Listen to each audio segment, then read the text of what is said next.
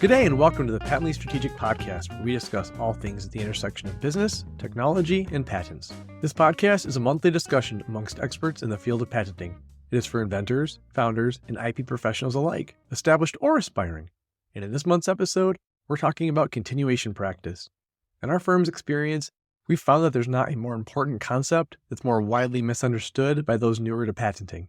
So we're dedicating part 3 of our series on quality patents to everything you need to know about this essential step for future-proofing and increasing the value of your portfolio. This is such an impactful patenting concept that we half joke internally that along with not performing prior art searches, that not recommending continuation practice in most cases should be considered malpractice. Void of pursuing continuations, the language of your patent is frozen in time at issuance. You can sell that patent, license that patent, and stop others from making, using, selling, importing, and exporting your invention during its term. But the specifics of the enforceable boundaries of your protection are forever fixed to the claims you choose to pursue with your initial application, but not necessarily with the full breadth of your invention as conceived. For many reasons we'll discuss, including budget and patent law constraints, practitioners and inventors will often choose to limit how much of an invention is claimed in an initial application. But then the future happens. Case law changes, new competitors arise, new prior art services, and challenges may come in the form of litigation or IPRs, as we discussed in our last episode. With a closed family, all you can do is hope you had the right foresight to predict this future with your static document. Continuations, on the other hand, allow patent owners to keep patent families open. In other words, not textually frozen in time at issuance. When done right and timely, the patent family becomes a series of living documents, allowing a patent owner to claim and capture the full scope and breadth of the conceived innovation. But now, with the benefit of hindsight, known R&D outcomes, and changing market conditions, and you get to do so without losing the benefit of the original filing date, which is crucial. Keeping a patent family open comes with significant long-term strategic benefits that can make your patents considerably more robust and consequently considerably more valuable, given the ongoing strengthening options they provide in terms of defensibility and assertability. As the panel will discuss in depth today, continuations keep options open for proactively and defensively helping to hedge against case law changes, working as prior art backstops with the PTAB, and in opening opportunities for drafting new claims to square more directly on infringers in a dynamic, competitive landscape. As an added bonus, especially for startups, continuations can also make patents more budget-friendly up front if done correctly. We frame a lot of things on this podcast in terms of doing kind by future self. But continuations are the closest equivalent of past self grabbing a lifeline to toss out to future self in a time of need. Ty Davis, Patent Strategy Associate at Aurora, and co-host Dr. Ashley Sloat, President and Director of Patent Strategy at Aurora, lead today's discussion with our all-star patent panel, delving deeply into continuation practice.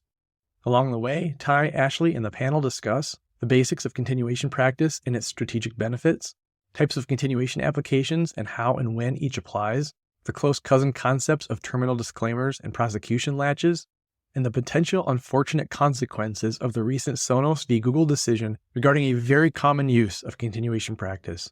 Ashley and Ty are joined today by our always exceptional group of IP experts, including Dr. David Jackrell, President of Jackrell Consulting, Kristen Hansen, Patent Strategy Specialist at Aurora, and Daniel Wright for his re-debut on the podcast, returning this summer to Aurora as a patent strategist. And if you feel like you're missing any context around important concepts the panel discusses, like patent claims and the specification, I highly recommend you check out our Patent Anatomy episode from Season 1 and our more recent series on claims. I'll be linking to those in the show notes as well. Now, before jumping in with the panel, we'd like to take you to the next installment of the Mossoff Minute, a monthly segment that builds on our Patent Wars episode and features short conversations with Professor Adam Mossoff, providing updates and quick takes on movements in patent reform, significant court rulings, innovation policy happenings, and occasional Star Wars references. In this month's minute, Adam discusses the introduction of the Restore Act.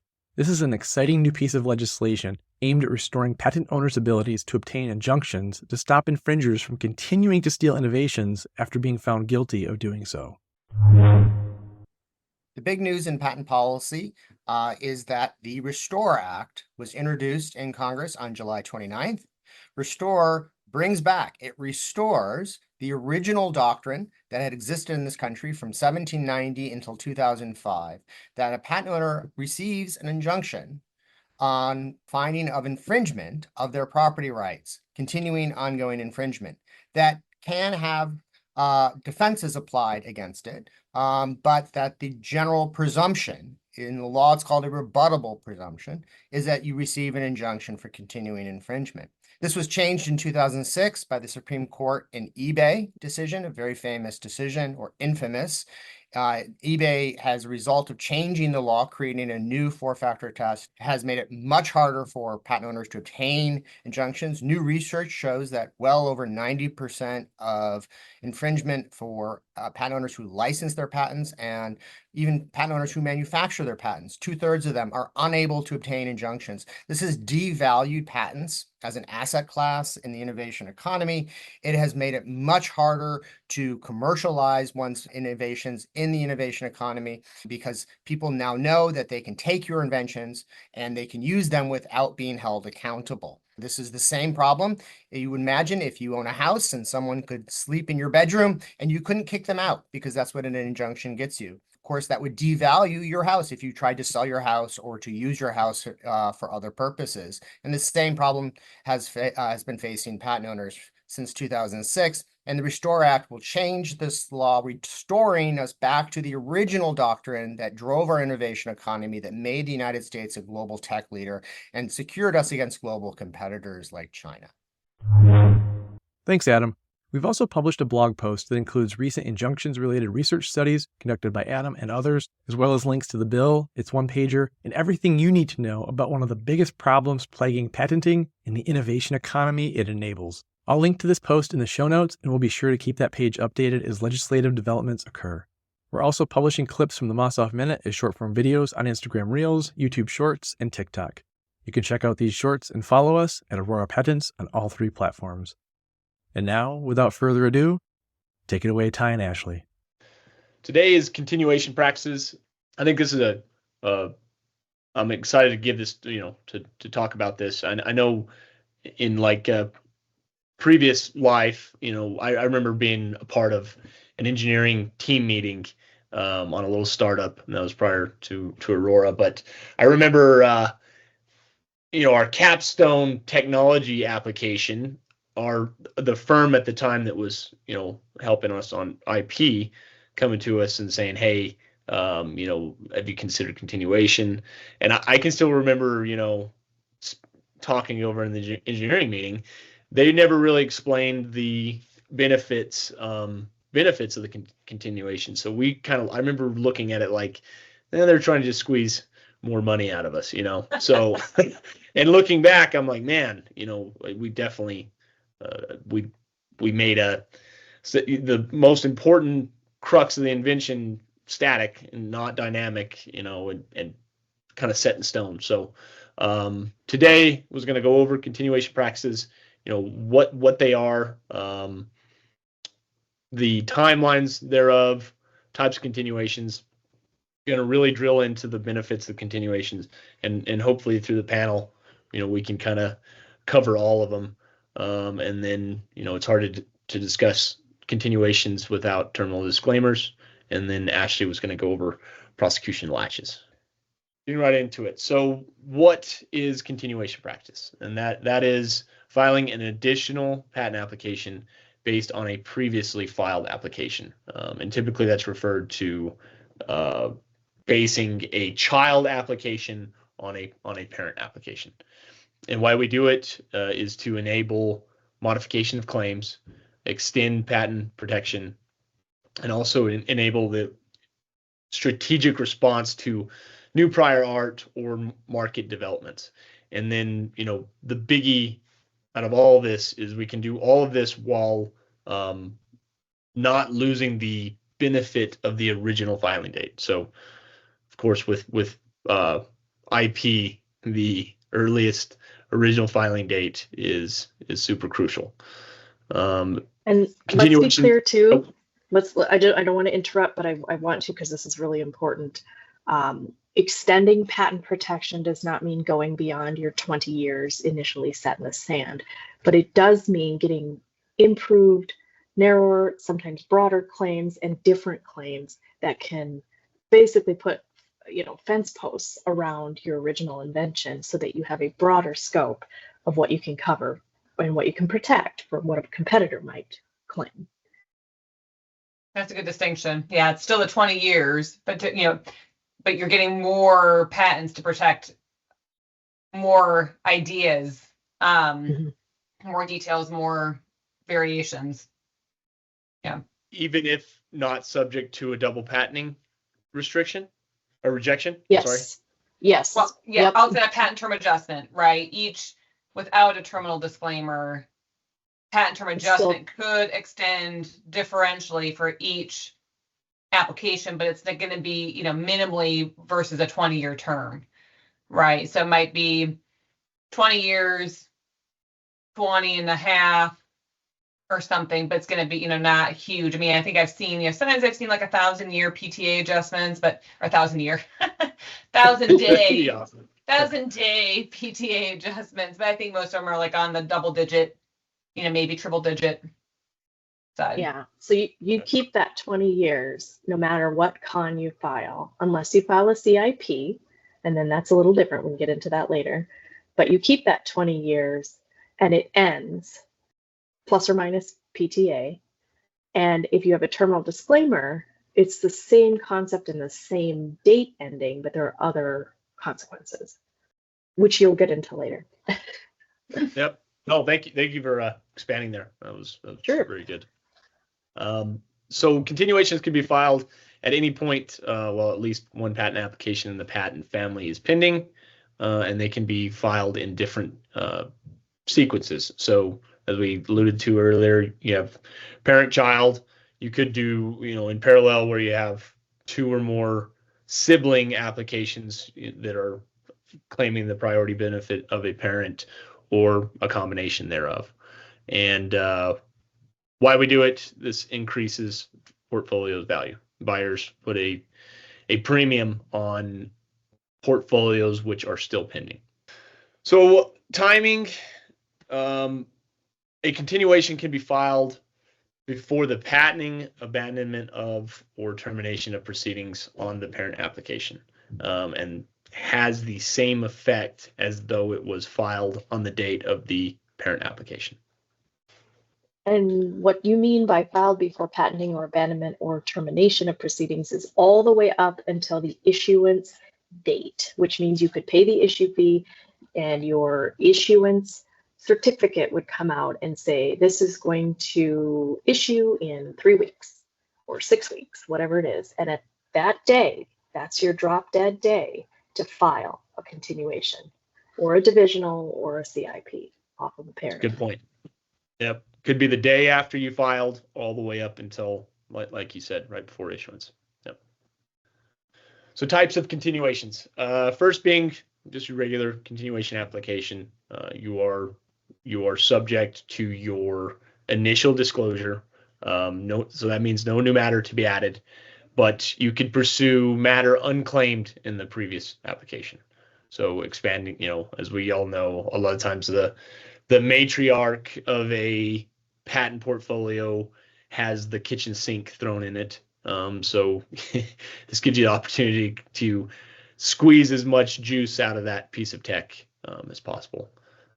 Divisional, once again, no new matter, subject to the initial disclosure, and can be filed after a restriction requirement issued by the USPTO, in which the USPTO indicates that there are separate and distinct inventions. So up until the issuance of that parent application, the applicant can pursue these separate, distinct inventions levied by the USPTO and the restriction requirement. And that's separate and distinct in the claims. I think sometimes people get confused. I've had clients ask, if we include multiple inventions in a specification, like related, but multiple inventions in a specification, sometimes they think that the patent office is going to say figures 1 through 2 are one, figures 3 through 10 are another, and figures 11 through 15 are another. And it's not, we can get into species selection, that's getting into the weeds, but in general, it's not the patent office picking through your spec and your figures to say these are separate and distinct. It's based on your claim set, and they're saying your claim set has, 2 or more separate and distinct inventions. So it's their admission that these are different, and that's what allows the divisional to occur. Yep. Thank you. Yep. And then, those pursued in the divisionals do have the priority benefit of the parent application. Yep. And then the third being continuation in part. This is where you can add new matter, and you can tie common subject matter between the continuation in part and the parent all the way back to the original filing date. And this is where, when you're dealing with, as we all do, technology that evolves, research and development can kind of be captured in continuation in part. Yeah, the distinction there to be anything that is new matter gets the date of filing of the new matter, right? You can't have all the way back to the parent date. So new prior art will come up, and you'll just either have to have something in your specification and claims to get around that, or you'll have to amend your claims to get around that new art. That would be called intervening art that happens between the parent filing and the new matter filing. Yeah, very good add. Thank you. So benefits of continuations. We have kind of really no rhyme or reason for the order here, and I figure kind of touch through these, and then I'm sure through the panel we can kind of pick up whatever I missed. But these were just kind of a train of thought as far as why we file continuations. So extended prosecution time. By filing continuations, that flexibility can keep prosecution alive, or the prosecution process alive, allowing more time to refine claims and respond to USPTO rejections. And that also affords adaptability, which extends time frames, which helps for the adaptations to changes in technology and market conditions. Next being broadening claim scope, claim refinement. So by filing continuation applications, this allows for the adjustment and broadening of claims based on new insights, prior art references, or developments during prosecution. And we can extend claim sets through continuation applications to pursue different aspects of an invention in separate continuation applications, providing extensive protection. Okay, I think this is important too, just to further highlight, because really the only, if you want a broadening without doing continuations, if you want a broadening amendment in claims that were basically already issued, the really only other option is a reissue, and you only have a 2-year window after issuance to do that, and you also have to forfeit the original patent to potentially get that broadened new patent, that reissued patent. And so continuations are a great way to avoid having to do that, because you can always have that option to do it then without having to forfeit the original patent and go through that reissue process that isn't guaranteed. Point. Yeah, reissue is scary. Yeah, I mean, I don't do them very often. The only time I've ever done them is when I'm looking at an allowed or issued claim set that I maybe didn't do, and it's extremely narrow in a way that was unnecessary, or we have a competitor that is doing it exactly the same way and they were maybe first, and we want to broaden it in a different way than we narrowed it to get around that, to avoid litigation. But I just don't do it very often. And maybe that's just my practice. I mean, does anybody else have any different behavior? No, I mean, honestly, in my tenure, I think I've only seen it done once. Steve Stubb, who's not here today, did a reissue for a client, and then actually did a reissue continuation, which is possible. But it's really, far-reaching, weird corners of the patent world where you really gotta dot your I's, cross your T's, because I think you have to get like new reissue declarations and other weird stuff. Like you can't, but no, I mean, it's, if you keep that continuation process, it should be a rare event, I think. And most law firms that we've worked with, it's a rare, like the reissue deadline is essentially like a non-event. Mm-hmm. One thing I will say for continuations is if you are looking to save a little bit of cost in very similar ideas that really only either add small amounts of refinement in a CIP or add no refinements and you just happen to describe it in the original so you can file a con, the kind of benefit of that will save you a little bit of cost. You will not have to have a whole entire new patent application drafted for you. You will not have to have anything but a claim set drafted for you and maybe some discussions with your practitioner. So this is easier to keep alive. It's less expensive to keep alive than various separate filed applications. But if you have to file separate new applications with new specifications that have to be drafted, it's typically because your ideas are so markedly different that you really need to get new content on the record. And so you have to file a whole new application and draft a whole new application. But if you had a really good parent application, it was very verbose and you had, you thought through a lot of the design arounds and a lot of things that you could do with your actual invention, continuations become kind of a no-brainer and pretty easy. The only cost that comes in that starts to add up over time is the fact that you're going to have several of these in maintenance fee structures for 20 years. So that can come back and be a cost, but it's also a lengthened cost you can plan for. So I find these actually kind of budget conscious, as well as just really good for the portfolio. Yeah, great ad. So the next, strategic claim drafting. So one of the benefits of filing continuations is gives you the opportunity to actually target competitors that may share your technology space.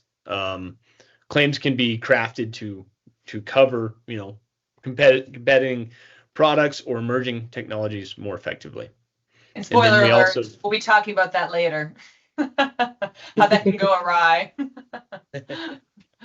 Yeah, and then we also we get the benefit of hindsight through continuation practice. So potential infringing products may be mapped such that newly drafted claims read directly upon them. And market changes, we already previously alluded to this, but continuations enable claims to be adjusted based on shifts in the market or new applications of the invention portfolio. And then changing case law. This one's kind of interesting, but as to be able to roll with the punches, so to speak, continuation strategy can be used to modify claims to better align with new and prevailing case law. So. Yep, agreed. If you look at benefit of hindsight bullet, that is usually something called an interference, where you're putting specific claims drafted to a competitor's product on file in order to evoke an interference proceeding. But it doesn't have to be. Sometimes it is subtle enough that it does go after exactly what they're trying to do in order to push them out of the market with it or out of the patent that they already have. And sometimes it's just a way to serve a cease and desist, right? Say, hey, we have this. You seem to have trampled into our area. Stop. Mm-hmm. Yeah, we actually saw where kind of recently a competitor copied the claims and he's from one of our clients' products and essentially got the claims allowed. And that was to your point, Kristen, was kind of the point of their, then starting their litigation on that client to kind of basically say, see, we had support pre-you in our patent application for your claims, So yeah, it's interesting. Some definitely chess plays there. There are, and it's nasty. This is something that you want to use pretty lightly unless you're a heavy hitter and you're willing to litigate everything, right? It's expensive. Let's put it that way. Put this slide just to hammer the point home, that, major benefit of continuations is preserving that priority date. In patent practice, it's all about who filed first. So maintaining that original filing date is crucial and really the capstone of continuation practice. It is, and in fact, sometimes I will lay that out in the beginning, even when we're filing the parent application, and I will say, okay, this is laden with 3 or 4 concepts that I think you could file a continuation on later. And then when we come to issuance, I say things like, here's the 4 concepts, put them in order. How do you want to go after continuations? And so as a practitioner, if you think about that ahead of time, you can build that into your specification, which one avoids you having to go reread the specification at issuance again. And it avoids kind of the confusion or the quick turn questions that come at you from clients that are like, well, what are we going to do? What do we do now? And you can quickly respond with a, well, we have these 4 things and let's set up, some discussion time, instead of, I have no idea, you could file a continuation, I guess, just comments that don't make people feel very confident in your abilities to pay attention to their portfolio and assess what's going on. So I find if you do some of this upfront and you plan for it, and you also warn them that these additional costs could come later if you choose to go down these roads, right? I find clients appreciate that. Yeah, so I'll build on that a little bit, because exactly, there are for sure patents that are very narrow and very focused on one particular thing, but a lot of times, especially first, second, early patents from companies, they're looking to protect all their ideas, and there end up being a lot of variations or totally like left turns, different alternative embodiments for ways to solve a problem, right? And I've had clients sort of be a little confused. Wait, we have all this stuff in our specification. I thought that was protected. No, the only thing that's really protected is what's in the claims, right? And so by keeping the family alive, by filing continuations, exactly like Kristen was just saying, you can cover all of the things that you have in your specification. And if the flip side of that, right, is if you don't file any continuations, the only thing you can prevent others from doing is what's in your claims. Meanwhile, you've described all these great things that are now public domain and anyone can use. No one can patent it. You can use it too. So there's still a benefit. No one can patent it out from under you. No one else can claim that because your publication is prior art. But it's not protected. It's you're giving anything you don't claim and you describe in your specification is you're giving away to the public for free. And so, yes, continuing, especially in these, the extreme case you might call an omnibus application where you describe 10 different pillars of your technology and you only claim one. That's a big hole. And those are, and continuations at Kristen, like you were saying, absolutely. When a client has something like that, I always talk to them about it up front and say, we could file 300 claims right now and get a restriction requirement, pay excess claim fees on all of those and get restriction requirements that you still only get some small number issued. But the better way to do it is look it out in different continuations, different applications. And as Ty said earlier, it could be in parallel, could be in series, could be combinations of this, et cetera. Yeah. Although spoiler alert, that shifting paradigm, might be shifting. Who knows about not doing the 300 claims up front and instead doing continuations. But we'll get to that. Good foreshadowing. Yeah. Dun. Here for spoiler alert. And I think one of the things about continuations is for clients to be on the lookout for is if you are getting a continuation claim set from your practitioner and it only changes 1 or 2 words, that's a red flag. You may be, unless it's, something that you absolutely want covered, right? If you're changing like this type of sensor to that type of sensor, maybe the original should have said sensor, not sensor type, right? So that could be legitimate, but often you want to see some thought put into exactly what you're going after in a continuation. And that's usually an entire line item, maybe all of the line items in a claim, maybe just two. It can look different depending on the invention, but I would caution you as a client to ask questions if there's only one or two word changes in a proposed new continuation claim set for you. From the next, whenever I think of continuation strategy, I kind of tend to overlook this side, but I can see how it's a very big tool in the toolbox. Prior art proofing your portfolio. So if in the event you have unconsidered prior art, a continuation application may be issued in light of that prior art, unconsidered in the parent's prosecution.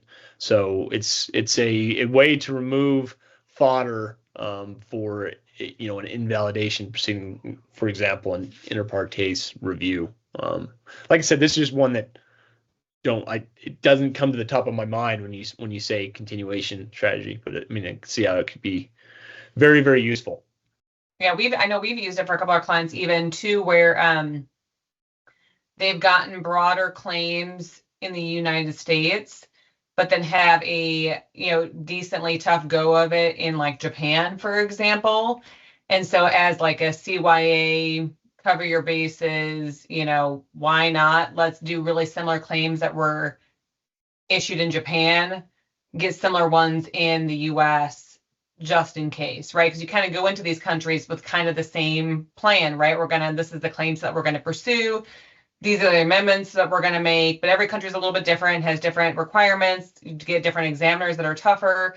And so sometimes you might want to port those, or like we had another client too, where an examiner found, he considered some earlier filings in the client's same portfolio as prior art against their later stuff. So then you can, pursue broader claims in the earlier stuff, but also then do more narrow claims in the later stuff to kind of remedy those issues too. So foreign prosecution can really inform continuation strategy too, and how you might want to further protect it in the US. Because as the other asterisk here too for like listeners is that continuation practice is pretty unique to the United States. Now, in the rest of the world, there is divisional practice that kind of is like continuation practice, but I would argue the US is way more lenient in terms of what you can claim in continuation practice, whereas in divisional practice in most other countries, it does have to be sufficiently distinct. Like to Kristen's point, you can't change a word or two in South Korea and get that patent claim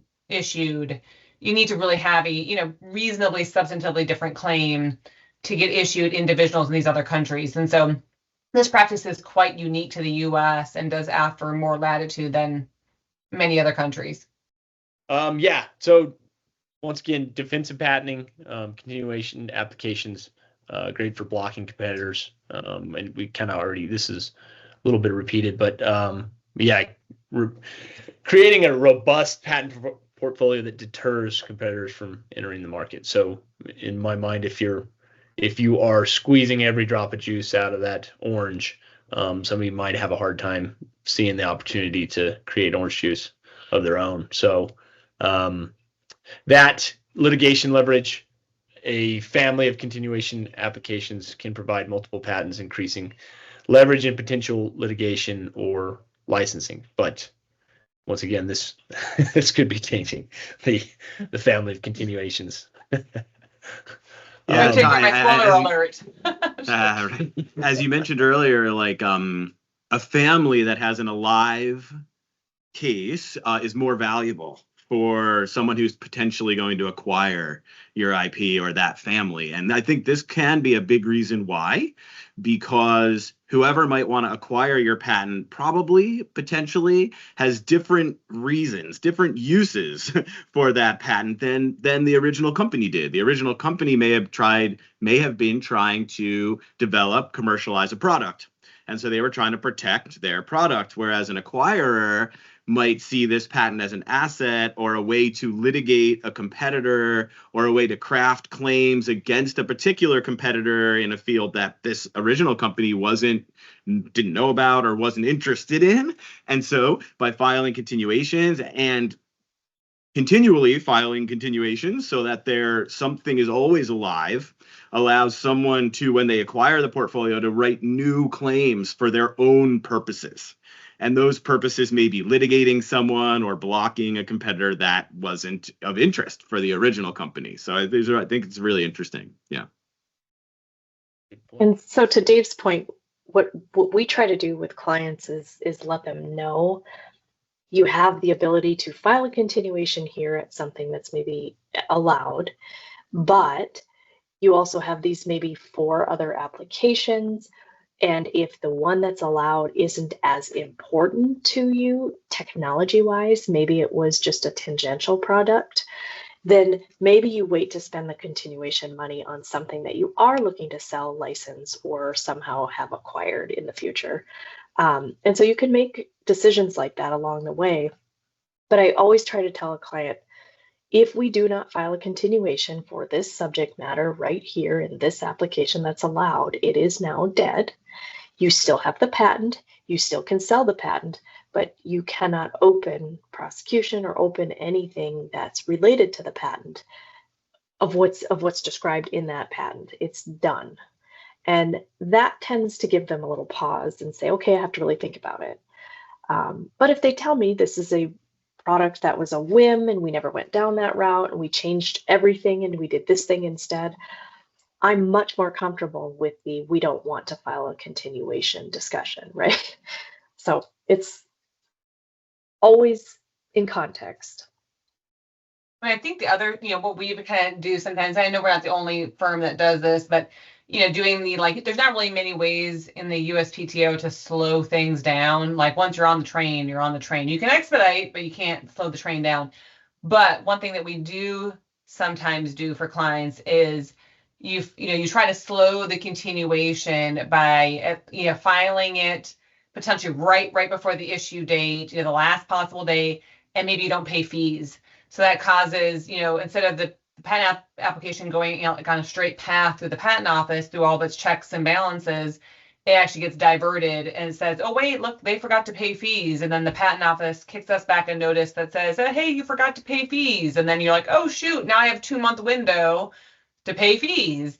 So how much that actually slows it down. I don't know if there's any data out there about it, but seemingly it would slow down the process a little bit because it does have to kind of take a pit stop to do the fee thing, get a response from you, verify that response, and then get back on the track. And so there are some ways that you can seemingly kind of slow something down to maybe, delay some of the costs and things like that if you're less sure about it. Yeah, I mean, even extensions of time costs and office actions are going to cost you less if you want to take all 3 extensions, for example. That's going to cost you less over a chunk of time because you'll get to pay it piecemeal, or you'll get to at least save for your office action plus your 3 extension fees, which are nowhere near the cost of an office action typically. And if you slow it down that way, it only makes sense if you really are looking to extend your portfolio, extend and over your costs or push your costs over time, and it isn't super important that the application become allowable quickly. These are all things you can do. Over time, it costs you more, except for the delayed filing fees. Well, even then it costs you more, but it's not that expensive. But sometimes that's what you want. You want to extend the time you have to pay the fees. You want to extend the time for legal costs, right? Yep. Another tool for the toolbox. Well, I'm going to touch on these last 2 benefits kind of quickly. I mean, we've already touched and expanded on them. Also want to save some time for Ashley at the end there. But yeah, so another benefit of continuation practice is multiple inventions from one parent. As we talked about with divisional applications, if your application discloses multiple inventions, divisionals can be used to pursue each invention separately. ensuring all disclosed inventions are protected and subject to that earlier priority benefit date. And I don't know if I'm jumping the gun, that a quick advantage to divisionals is they're not subject to terminal disclaimers. Yay. So we'll talk about terminal disclaimers, I guess, a little bit, but terminal disclaimers tie two patents together, which can have some real consequences. But divisionals, since the office said these are separate inventions, when you file the divisional, it doesn't make sense to tie them together with a terminal disclaimer, and it's not allowed. Yeah. And be subject to double patenting. Yeah, no, that's a great add. And the last one here, evolving inventions. As we all know, very few portfolios are static. They are dynamic. So we can use continuations in part to allow for the addition of new matter to reflect ongoing research and development, while still benefiting from the original filing date for commonly disclosed subject matter. So I wanted to chime in here on CIP. It's more like pose a question. We mentioned before how this continuation practice in general is a fairly U.S. thing. My understanding, CIPs are particularly a U.S. practice. With increasingly, I feel like I've seen some numbers that increasingly U.S. inventors' applications are becoming more and more PCT. International applications are going out across the world. What is then the value, or is there a concern for the value in a CIP in a patent family that has international applications? How is that unique? Is there a concern for your international patents applications if you have this unique US kind of only thing that's now blending subject matter of different filing dates? Is there a particular tactic to be worried about, or pitfalls to be worried about, tactics to avoid that? Well, in my opinion, go ahead, Chris. No, Kristen, go ahead.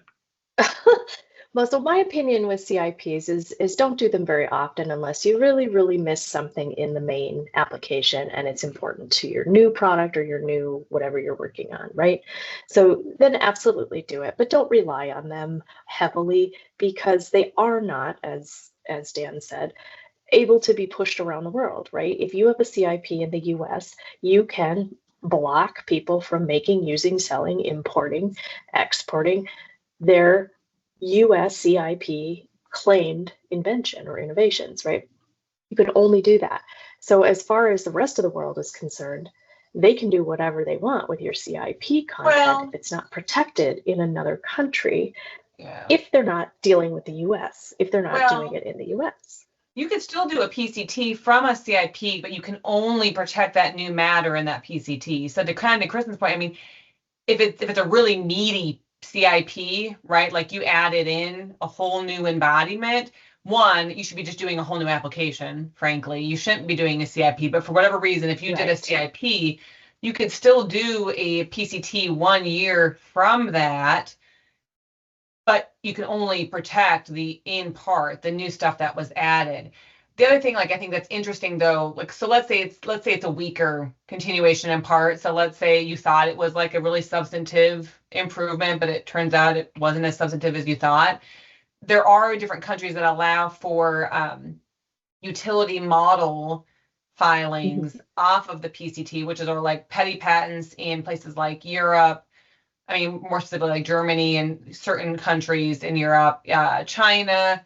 They're not everywhere, but there are a few places. So if it ends up being a more incremental improvement, you could do a PCT and then do a utility model, which is a 10-year unexamined patent in particular jurisdictions that's essentially examined for validity during an infringement proceeding instead of being determined for patentability during, typical patent prosecution. And so, but yes, to Kristen's point, if it's meaty enough, make it its own application so they can really have that clean path. Yeah, I see CIPs as an exception to the rule. Mm-hmm. Go ahead, Dave. Yeah, I agree with both Kristen and Ashley. And one different way to describe that is that with a CIP, there are benefits to having CIPs because your parent is not considered prior art against the new stuff. So if a client has a new invention that is arguably non-obvious, you believe it's non-obvious, but you're a little worried about what the patent office will say, you can file that as a new standalone application as a PCT and as a CIP in the US. There's no reason not to file it as a CIP in the US. It only helps you exclude your parent as prior art, so that I have seen that kind of thing done. It just, saying the same thing Kristen and Ashley did, but if you're in that situation, you can do both. File a continuation CIP in the US, new standalone matter internationally. And one other interesting thing I just recently came up against, which we didn't know, but our European foreign associate was very helpful with.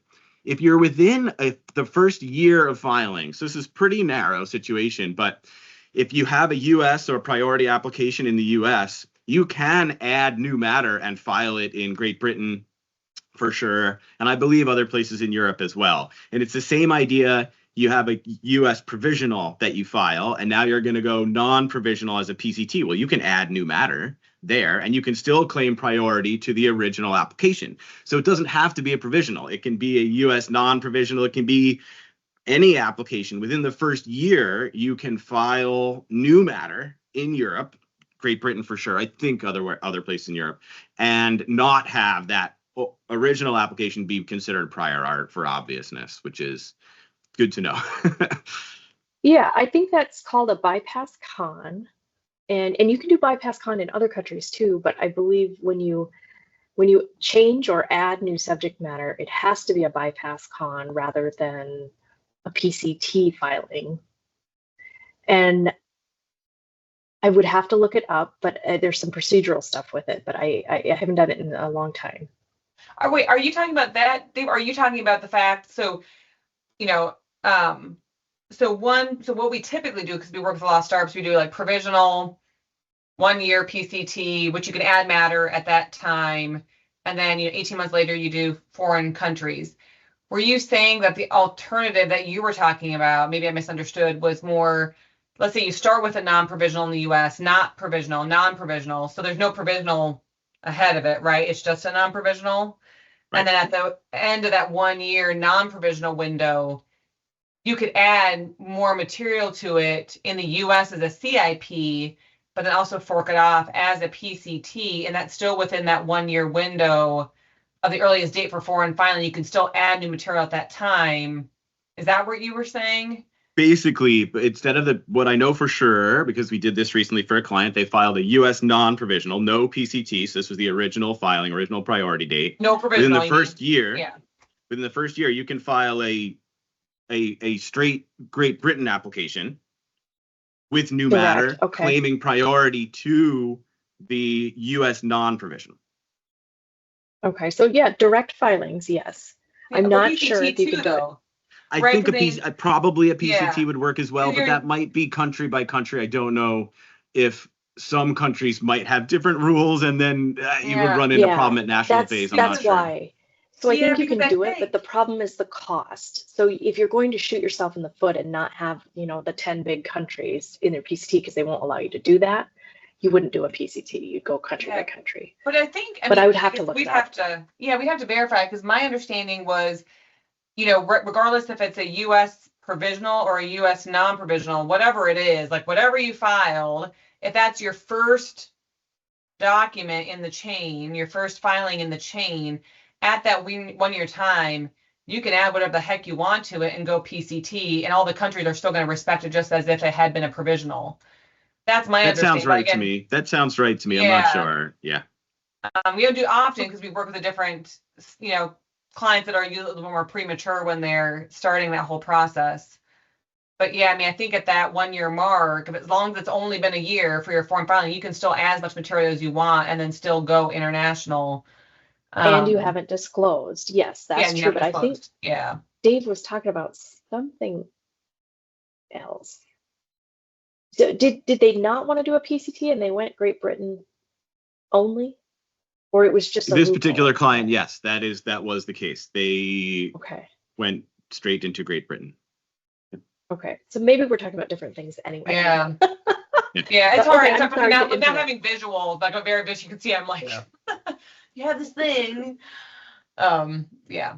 I think we all agree that so you have 1 year, within 1 year to foreign file, and at that conversion point for that foreign filing, you can add material, and that material could be continuation and part material, or it could just be rolling over that application internationally. And an interesting subnote on that, you need a new foreign filing license. Oh, for the new material. Yes. I think so. Yes. I think so. I might have that confused because we Yeah. were doing a bunch of things you're for them, right. but just a note, double check the foreign filing license requirements. No, it's true. Yep. Every time you have something new. Yep. I think so. Yeah. Yep. Sticky things. So it's hard to talk about continuation process without terminal disclaimers. So when we're filing continuation applications, we may have claims that overlap or are similar to the claims of the parent application. This often prompts a double patenting rejection from the USPTO. So the most common way to overcome non-statutory double patenting is by filing a terminal disclaimer.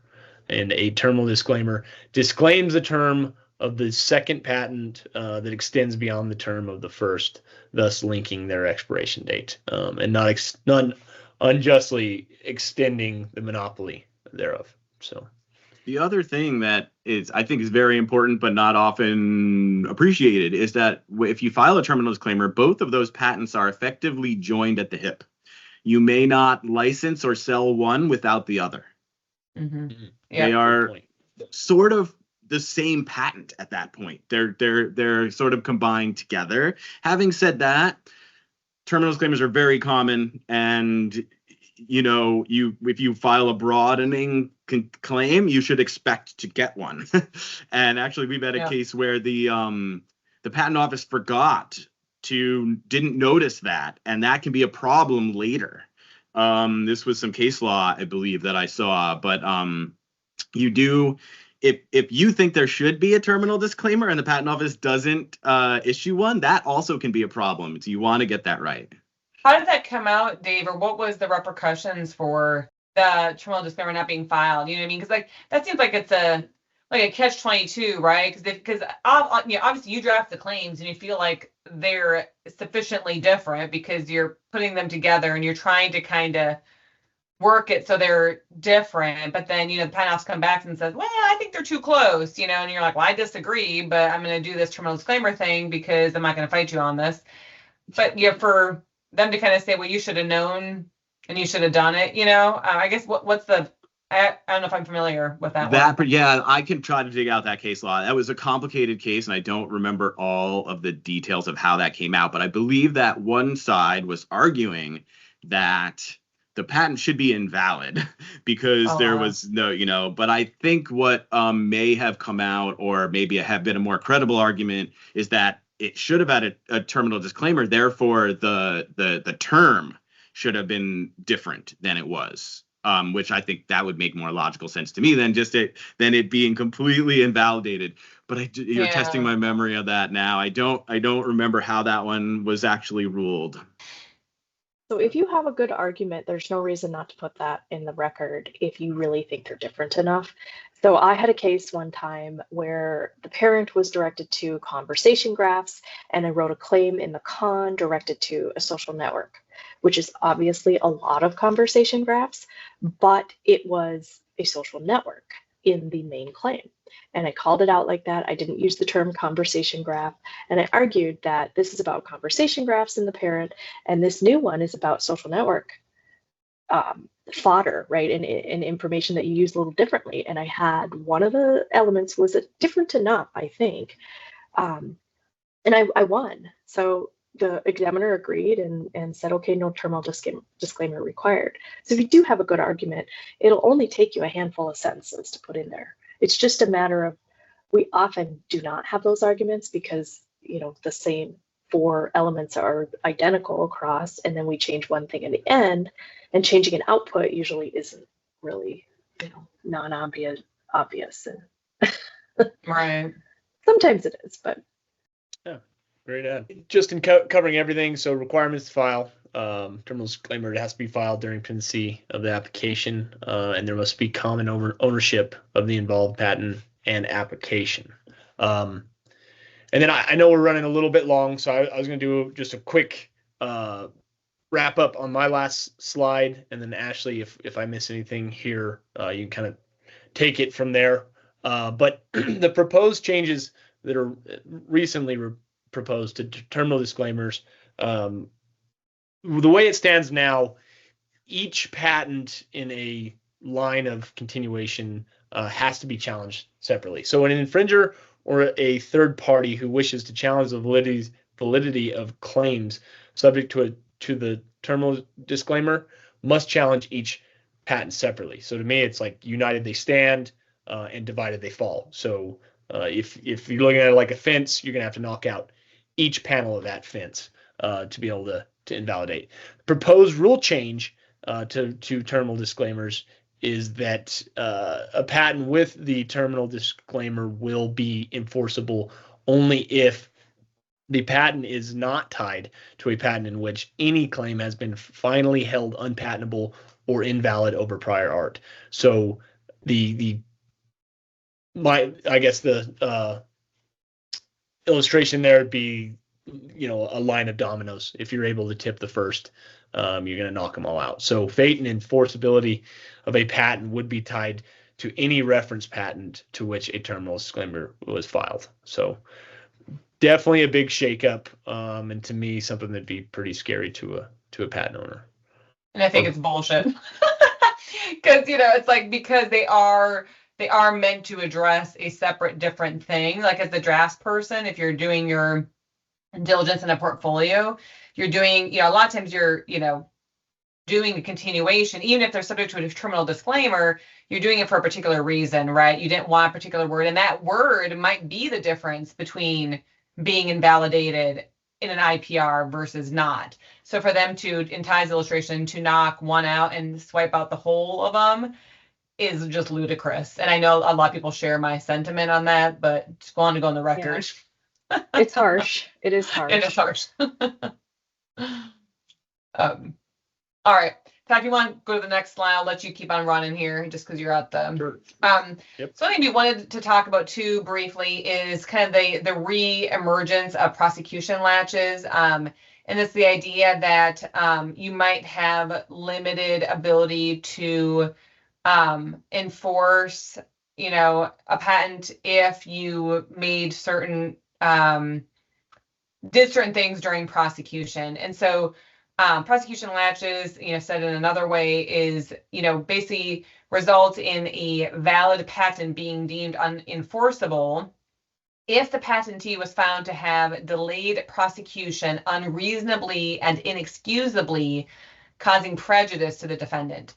So you're kind of looking into the history of this a little bit. So pre-1995, the patent term was 17 years from issuance.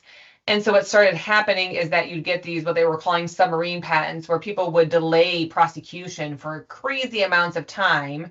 And then when an industry has sufficiently matured to where their patent was relevant, all of a sudden they'd get prosecution done, this patent would pop up, and it would have a 17-year term. And so it really kind of, delayed industries, kind of caused issues with industries that were kind of, running along fine. And then you'd have these patents all of a sudden emerge, and nobody knew that they existed, but they had been pending in the patent office for years. And so what they started doing, back at that pre-1995 time was prosecution latches, saying if you've been delaying for no reason and it's causing prejudice to the potential infringer, then, we're going to say, you should have, not been delaying as you have been, and now you can't enforce your patent because you took unreasonable delays and you're subject to prosecution latches. Post 1995, when the patent term became 20 years from the earliest priority date, that prosecution latches really hasn't come into play until recently because, they're published within 18 months. You can't really delay much. And, it's public domain, so people can look at things and see things. And so there really shouldn't be that many surprises when a patent gets issued and it has a 20-year term from its earliest date. This kind of came into the the discussion domain, though, with the Sonos v. Google case that was recently decided. So to kind of give a quick backstory, so the original case was that Sonos, speaker company, we have them all over our house. They sued Google for infringement of their patents directed to their smart speaker technology. And Sonos won originally. A jury had found that Google infringed 2 of Sonos's patents and awarded a verdict of $32 million. Google then asserted prosecution latches and alleged that Sonos's patents were unenforceable under the doctrine of prosecution latches, which, again, as a reminder, this had not been applied to post-1995 patents until now. And basically, they asserted that there was a 13-year delay from the time of filing of Sonos's original provisional to the time of filing of the continuation application that targeted Google's technology. And so but it also included a 5-year delay after Sonos first learned of Google's technology. And so ultimately, the district court in the Northern District of California, I think, ruled Sonos's patents unenforceable under prosecution latches because, in their opinion, there had been an unreasonable, inexcusable delay of 13 years where they should have filed those claims a lot sooner. And even though they diligently pursued continuations over that 13-year span, they basically asserted that they should have pursued those claims much sooner. So kind of the, effects of this, right or wrong with I think, Sonos used continuation practice like everybody does use continuation practice. And so maybe should they have, pursued claims on Google 5 years sooner, maybe, but maybe they didn't have the budget for it. Maybe they didn't feel like they were big enough to take on Google, which is a fair thing to be concerned about. Maybe they wanted to penetrate the market more before trying to take on Google. I don't know, what their internal discussions were, but I think it is an unfortunate reemergence of prosecution latches for what otherwise is, to me, seems like a very normal continuation pathway that Sonos pursued. So, is this going to be a long-term problem in the patent system? Are we going to see more prosecution latches for post-1995 cases? I don't know. But to the extent that your budget can, handle it, you might want to consider parallel filings, doing more continuations in parallel if there are key inventions, key technologies. To Dave's point, for maybe really critical ones, maybe you do submit a bigger claim set up front and force the patent office's hands to do a divisional. So you kind of have that one kind of sitting there. You don't have to do a terminal disclaimer. If that crap comes down the pipeline, you're protected there. And then, now you have, maybe a couple of divisionals you can file. You might want to consider filing really key continuations within the first 6 years from the earliest priority date to maybe avoid latches if it, again, becomes pervasive. If you can, if you learn of a competing product and you want to potentially target that one, you might want to file that pretty quickly after learning about that product and not wait for 5 years. The other interesting thing that, I kind of came across is, consider documenting the considerations and you're documenting all considerations that went into your continuation strategy to kind of help prove that you were diligent. It wasn't inexcusable. It wasn't, the delays were, there was intentional thought process down, between the delays and why you did the continuations like you did. Not to say it's going to save you, but, and who knows, this might be a whole bunch of like noise. And do we know, there's been suggestions that the Federal Circuit is taking it up. Do we know if that is happening yet? I think they said early summer if they did, but I haven't seen anything about it since. So I thought this was, a good thing to include in this discussion just because it does suggest a shifting tide of continuations and how they might be used or some of the pitfalls, we kind of joke in our house between Josh and I that not filing a continuation almost seems like malpractice, right? Just outside of the situations Kristen described, there are so many benefits to doing it. It's a great protection strategy for clients, assuming, it's not some old technology that they don't need to protect anymore. But, there does seem to be a shifting tide a little bit on it. There has been, I guess, over the tenure, some suggestions by senators and, and representatives to limit continuations, but there has been court cases that have basically said that it's only an act of Congress that can limit continuation practice. It is not under the USPTO's purview to limit continuations and how they're done. So that's interesting, but again, they could still do prosecution latches and things like that. They could put kinks into how continuations are without actually taking away continuation practice.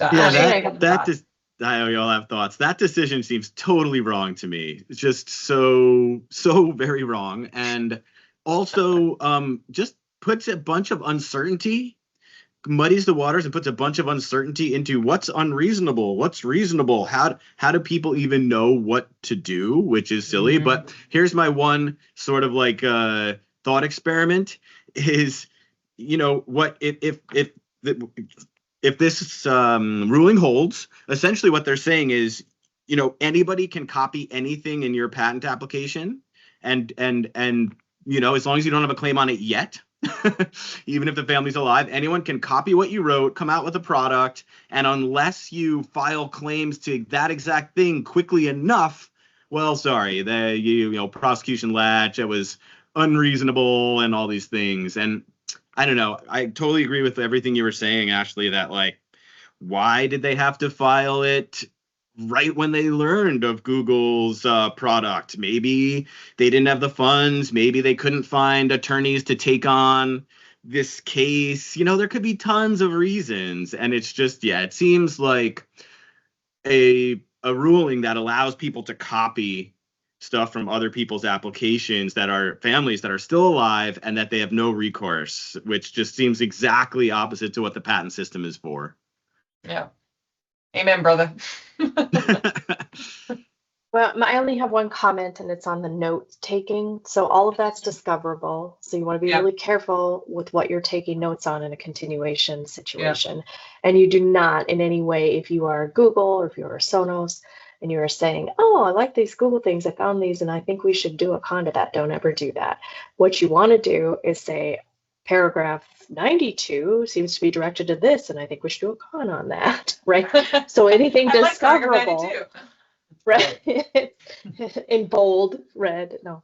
Anything discoverable is not also not tied back to you in a way that is painful. Because, what if all of a sudden they say 5 years was too much, but also 3 years is too much, and also 1 year was too much, right? You don't know where that window will slide and who will make a different decision in the future.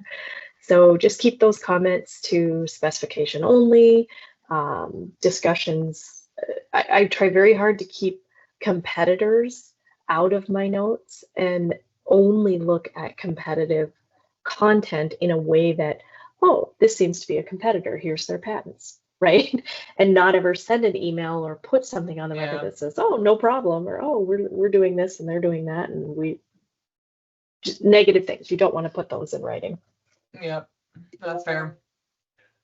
And I was kind of, and I'm thinking through it as I'm going. So, Josh, you might want to edit this out later. I was trying to think, so that like on the intro where it's talking about like in a previous life, a firm kind of failing to illustrate the value of the continuation practice.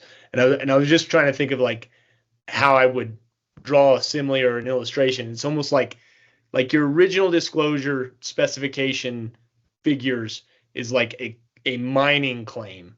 But your actual claim, because the misconception that we had was, oh, we put all this work into the specification and drawings, like that's our patent, that's what's protected. But it's almost like you're making the mining claim, but the actual claims themselves are where you're putting in the mine shafts, and you're actually realizing what you've staked out by the mining claim. Like I said, it's a little bit of an immature thought. It's not matured, but I was trying to think of how I would explain it to myself, to where being a non-practitioner, how I would understand the difference between what you're putting in there at the original disclosure and how you're actually realizing the value of it through the claims.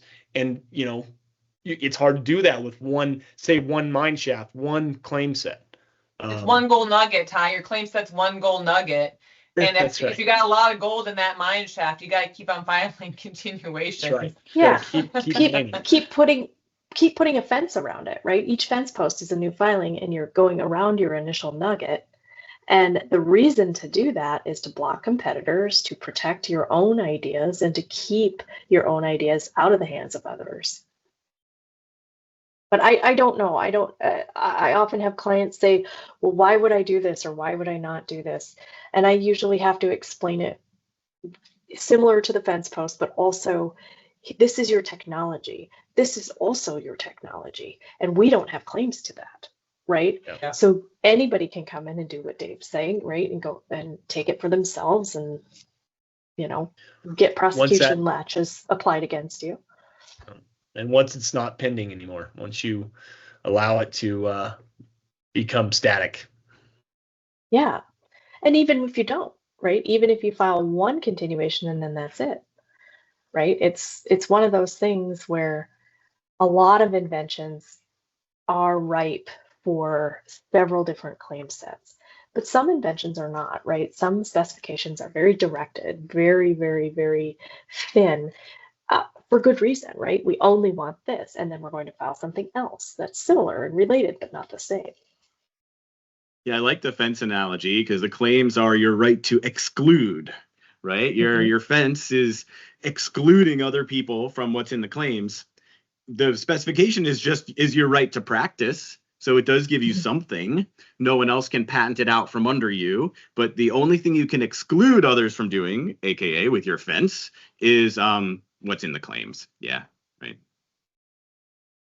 Yeah, It's that nugget. It's a hard protect your gold.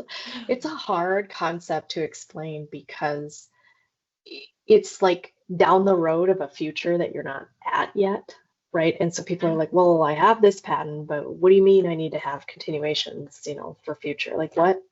Yeah, for novices, it's a very foreign thing.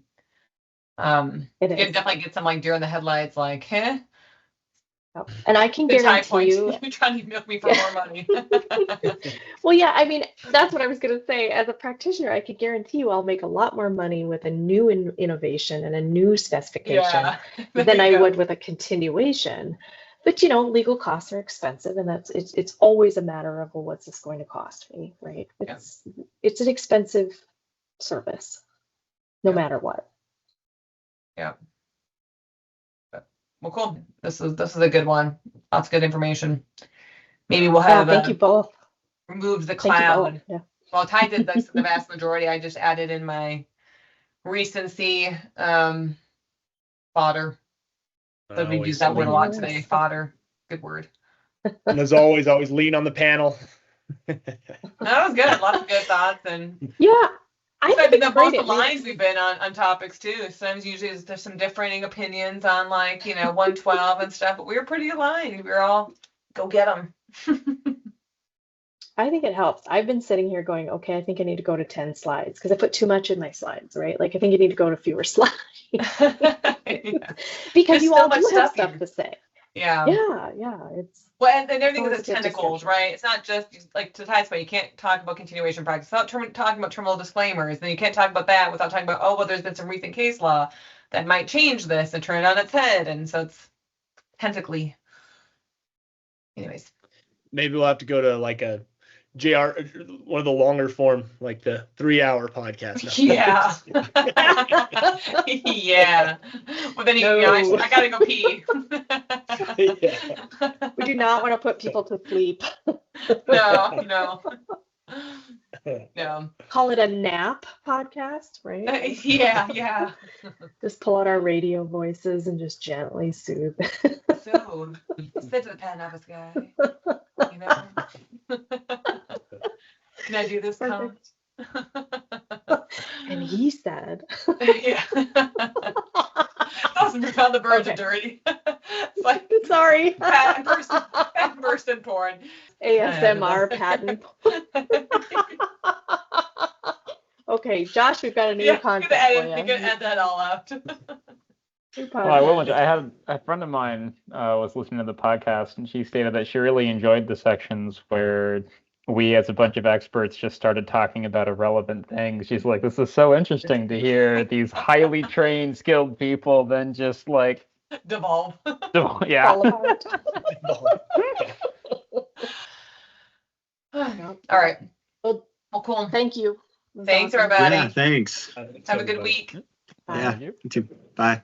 Bye. Bye. All right, that's all for today, folks. Thanks for listening, and remember to check us out at aurorapatents.com for more great podcasts, blogs, and videos covering all things patent strategy. And if you're an agent or attorney and would like to be part of the discussion, or an inventor with a topic you'd like to hear discussed, email us at podcast@aurorapatents.com. Do remember that this podcast does not constitute legal advice, and until next time, keep calm and patent on.